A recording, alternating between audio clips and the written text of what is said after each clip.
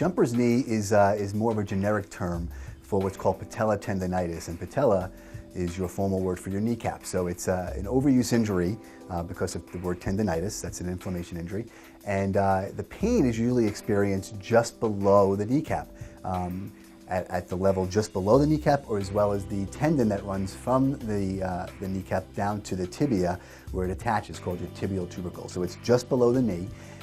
You do not have to be involved in a jumping sport. That's one of the big misconceptions. You just have to be involved in sports or recreation usually, and it's usually a situation where there's too much workload on the muscles, and it's causing an overuse problem, or there's an actual skeletal alignment issue that you don't know about, maybe from the hip or to the knee.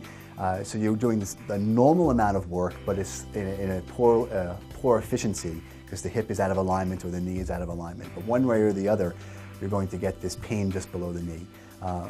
The activity that patients usually experience the pain in is usually when they're asked to load their leg and ask the quad to work in an eccentric manner, meaning it's lengthening while it's contracting. So the classic one is going to be going downstairs or walking downhill. When patients are complaining of walking downstairs or downhill, they're loading their quad in a lengthening manner, and this is where we know as therapists they're probably dealing with a patella tendonitis injury.